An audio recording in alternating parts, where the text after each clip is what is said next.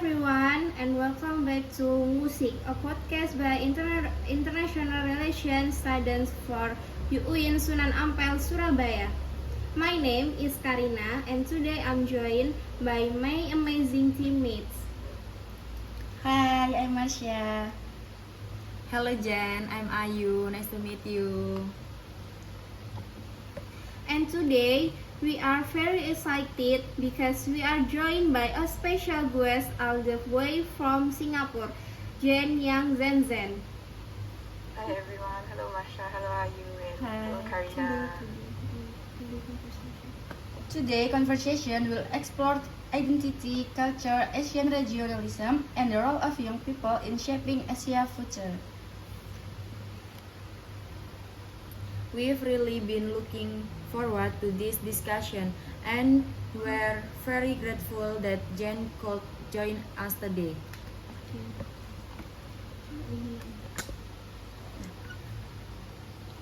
Jen, thank you so much for being here with us. It's a pleasure to have you on music today.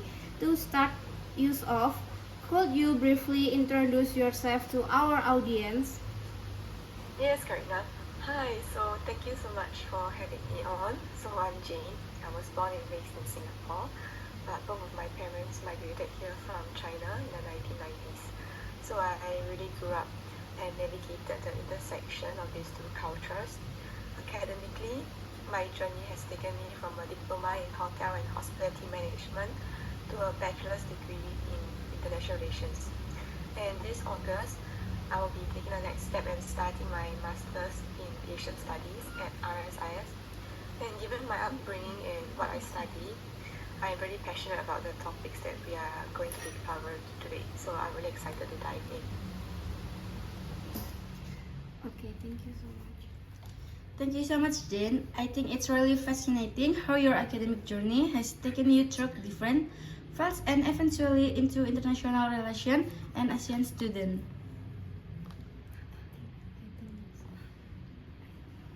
I think that's actually a great starting point for our discussion today. Next, section 1.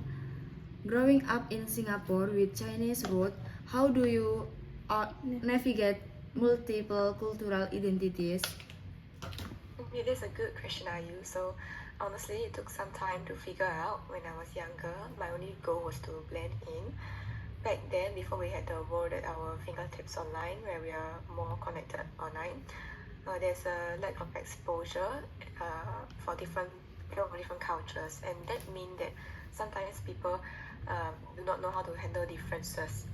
And I definitely had moments in school where I felt excluded or was teased because of my background.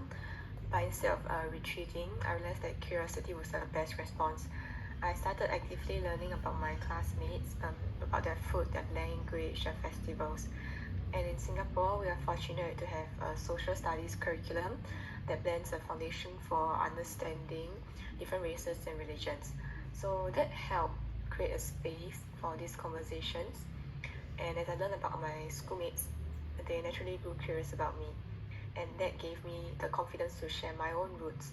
And so contemporarily today, I play the same role in reverse. When I speak about relatives or speak with netizens or relatives in China, I often help to clear up their misconceptions about Singapore and Southeast Asia. Ultimately, my biggest takeaway is that identity is not a zero-sum game. You do not have to subtract one culture to belong to another. And for third culture kids like me, we are a true blend of our roots and our environment. And no one should ever feel pressured to shrink a part of themselves just to fit neatly in a box. I really like what you said about curiosity being the best response. I think that's a perspective many young people can learn from. Okay, next question. How does that shape the way you see ASEAN regionalists today? That's a great question, Karina. So when I look at Asian regionalism today, I see a region in major transition, which is moving from a post World War II reliance on Western institutional models to a much more self-determined and culturally confident network. So in the past, historically, if we look through the lens of liberalism, Asia's rapid growth relied heavily on Western-led systems like the WTO and the IMF. So the foundations of the early regional organizations were heavily influenced by Western blueprints. But currently, contemporarily, there's been a massive shift through the lens of constructivism and post-colonialism. The region is no longer trying to just replicate the West, and we are also not ashamed of our ways of doing this. Asia is now unapologetically advocating for its own distinct cultural and political identity. On a practical level, we see this region capacity building everywhere. There are initiatives such as China's Belt and Road, alongside with countless new intra-Asian trade and security arrangements. However, we have to be realistic about the systems already in place. We exist within a web of complex interdependency. It is not a clean break because many less developed countries in our region still depend heavily on these traditional Western models and institutions for their basic economic survival or day-to-day survival. So this new era of regionalism is not about totally cutting ties with the rest of the world. It is about building true regional resilience and creating systems that are actually serving Asia's unique realities and interests. Ultimately, Asian regionalism today is defined by a bold reclamation of our own identity and capacity, with balancing pragmatically within a deeply interdependent global system.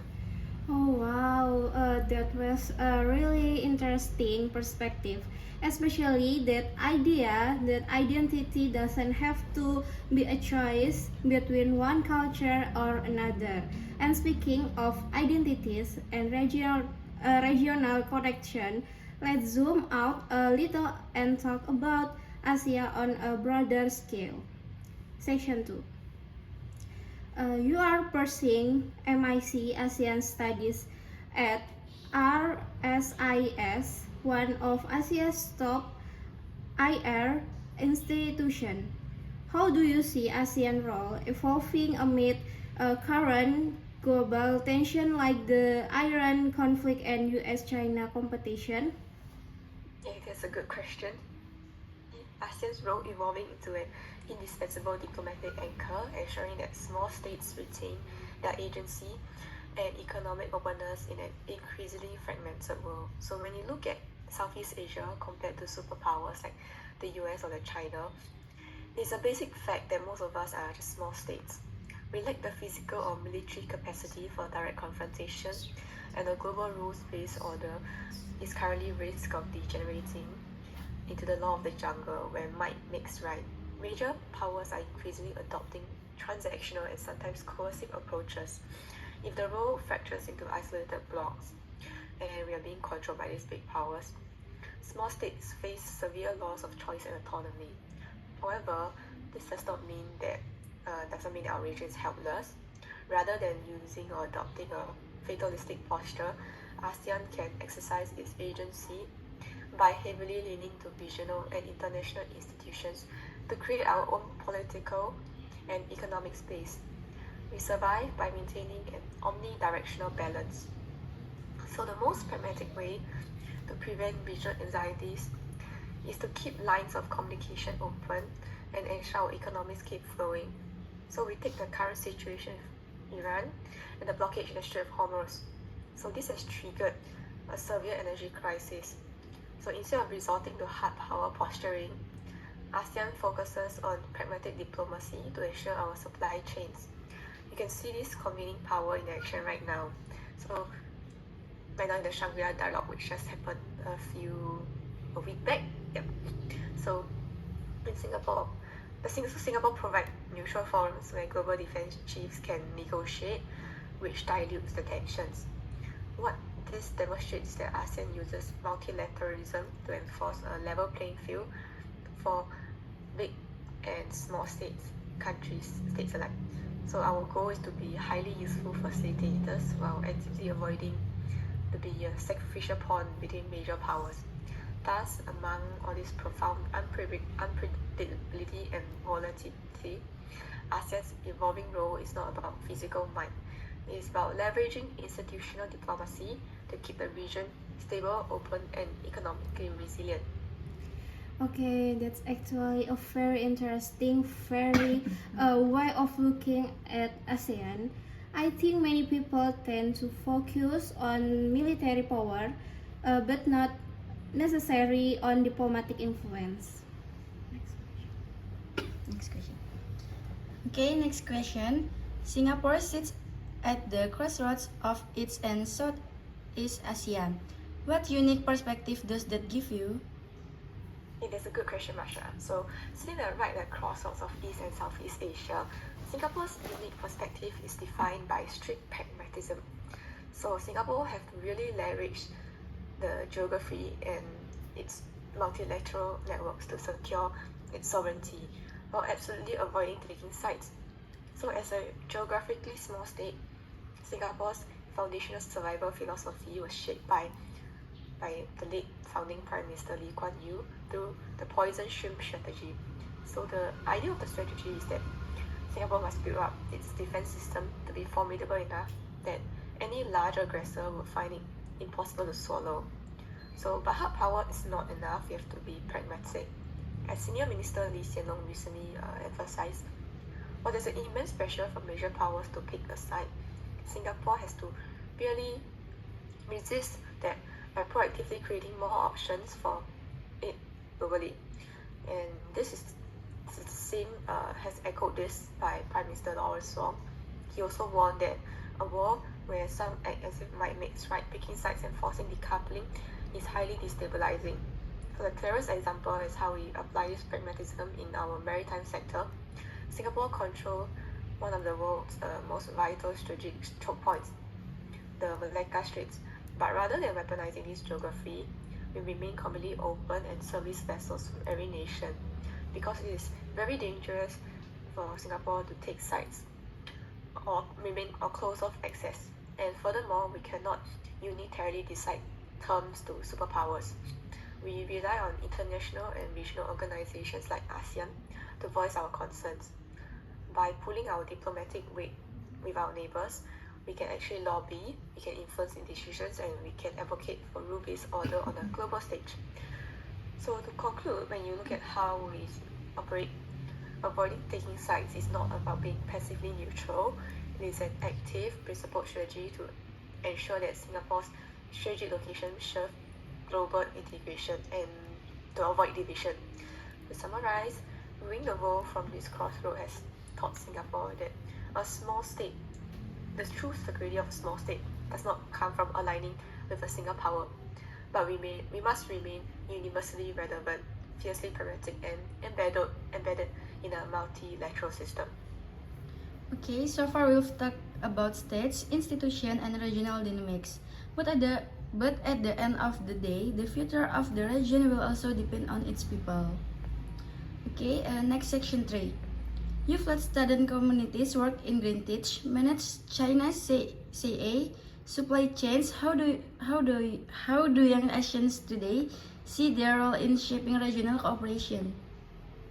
Okay, so that question is a really nice question as we zoom in to a more personal level for our youth and youth today. So I truly believe that younger Asians today see our role as bridge builders. We are stepping up with a new cultural confidence to connect high-level international frameworks with the actual ground realities of our region. So to be completely transparent, my time working in the maritime offshore and green tech sectors consisted of relatively short and part-time stints, and I also do not come from an engineering background. But because I approach these roles with an international relations mindset, I noticed really a profound disconnect. In academia, we are heavily taught that Western governance models really emphasize formal contracts and strict legal frameworks. You have to really stick to the framework that they've provided. But on the ground in Asia, trade and resources are very frequently governed by informal frameworks, social capital, and relationships. So in the past, people may have felt the need to hide that or change it to fit a Western framework. But young Asians today are much more confident of our own identity. We dare to speak up and say, actually, our indigenous social structures are highly efficient, and we should respect that. So, for example, in managing supply chains, I see that negotiation stalemates were not resolved by pointing to a legal clause or you start a litigation case against each other, but it's to re-establish interpersonal trust through unofficial channels. And you see the same need for pragmatic bottom-up solutions in community work. When I was the president for my university sport game society and the grassroots leaders at Ulu Pandan Community Club, I learned really quickly that creating true inclusivity, such as adapting an event for hearing impaired participants, is not just a nice, passive ideal. It's a serious logistical challenge. So what my generation is doing is taking those lessons that we have learned from the past and building what I call operational literacy. We want to take the resilience we have learned from commercial logistics or grassroots organizing to shift it towards a humanitarian capacity building and environmental sustainability. Rather than just accepting top-down policies, young Asians right now, we are confidently taking the initiative to bridge the disconnect. So we want to ensure that as our region cooperates and develops, success is not just measured by GDP, but by actual security, empowerment, and dignity of our communities. Okay, I really like the term bridge builders. It captured the role of young people in Asia very well. What gave you next session? What gave you hope about Asia's future? And that's a great question, Ayu. So, what gives me hope about Asia's future? So, I strongly believe that we should never use hope, because Asia's potential and our catch-up growth is really immense. It's really strong. What gives me the most hope is that I see our youth currently taking charge to build our own agency. Sometimes there's a stereotype outside a region that Asia is somehow lacking agency, or that we are desperately waiting for external Western frameworks to come and fix us, that we need help. Excuse me. But if you look at how far we have come post-colonialism, that is not true. Yes, we have real challenges like complex emergencies and humanitarian issues, but the overall momentum is fiercely forward. Young people are stepping up. We are exploring how to merge new technologies like AI with environmental sustainability, along with other challenges that we could resolve with AI. We are also incredibly pragmatic. With the rise of China, we have a massive economic and manufacturing engine right on our doorstep. We could just use it's really just pure pragmatism to just turn our heads and leverage that proximity and build our own bustling regional capacity, rather fully relying on distant avenues for help. But for me, the real harvest hope comes from what I've witnessed on the ground. I remember being in Satun on the Thai-Malaysian border. The sharp line on the map just dissolved the borders. I saw Thai Buddhist and Malay Muslim women working shoulder to shoulder. And I also ate traditional Hokkien food cooked perfectly by a non-Chinese chef. So this is beautiful, this is syncretic, this is coexistence and rhythmic cooperation that completely ignore ethnic labels. So the people who also live in the deep human ecological harmony, adapting nature rather than just sterilize it. Because the stores and everything is just within nature, it's not built in concrete buildings or shopping streets like what we've seen in general, like the stereotypes. So however, I also experienced this flip side of this fluid reality. During the same trip at the land border checkpoint, my husband, who holds a Chinese passport, who is eligible for free visa entry, was rejected. So it's not a policy change.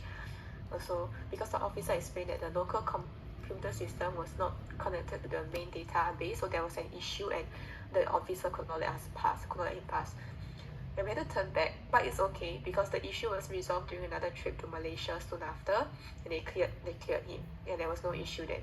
So it was a wake-up call showing that beneath these bustling and vibrant communities, we are still dealing with some profound administrative fragmentation and technological gaps. We still have some catching up to do, but this living tension is exactly why I'm hopeful, because my generation right now, current generation, sees the contrast between the inclusive harmony of the people and the stubborn, broken administrative system left behind by history. So we are not waiting for someone else to come and solve it or save us, because we are enabling ourselves. We are getting education and the operation literacy to resolve to fix these fragmentations ourselves, and we're not crushing the organic spirit that makes this region so beautiful. Ultimately, my hope comes from knowing that Asia is no longer just a passive player. We are confidently, we are pragmatic, and we are uniquely defining our own future. Okay, we move to our final question. Before I actually have a small request. I know you've been learning Bahasa Indonesia recently, so after answering our final question, would you be willing to share a short message in Bahasa Indonesia for our audience as well? Yes. Okay. So okay for this. Okay. So selamat pagi. Message saya untuk everybody is jangan menyerah. So menyerah. It is to do not give up. So I will continue the rest in English. So the one message I will give the young people in Indonesia watching this is that first is a book from the book that I have read finished and I highly recommend. It's Franz Fanon's Black Skin White Mask. If you really read this, the core takeaway is that this era of feeling we need to wear a mask to be like the West or be validated on a global stage is definitely over. I think it's time to unapologetically doing things the Asian way, not to the extreme way, but is to shine out our Asian side. Take absolute pride in who you are, and step forward to share our culture. And also, I've learned a lesson, not a lesson, but advice given by someone much more senior than me recently and I want to pass on is that as we do this, we must actively resist the urge to 抱团取暖.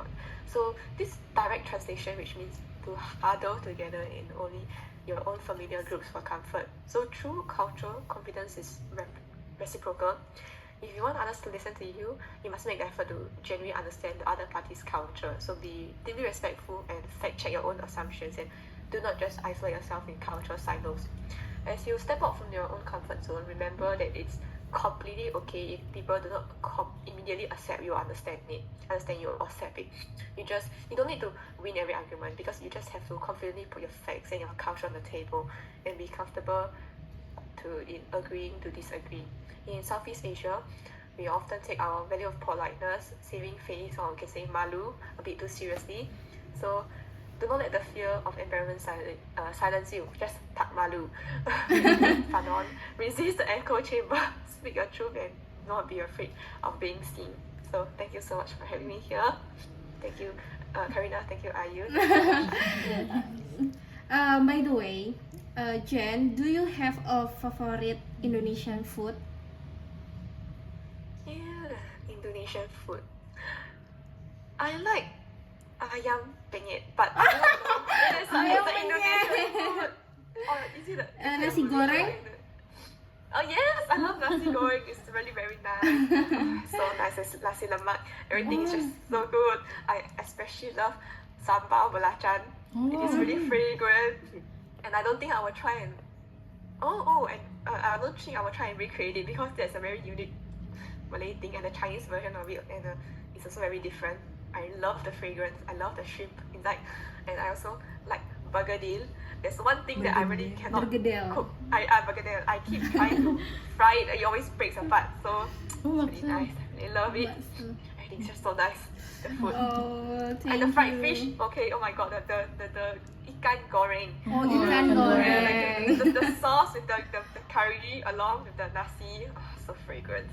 Oh my god. Okay. We are the end of our podcast. Thank you so much, Jen, for sharing your insight and experience with us today. This has been a truly meaningful and inspiring conversation, and we've learning so much from your perspective on identity, regionalism, and the future of ASEAN. Thank you so much. And of course, thank you to everyone who has been listening to NGUSIK. Well, see you in our next episode. Until then, take care and goodbye. Goodbye.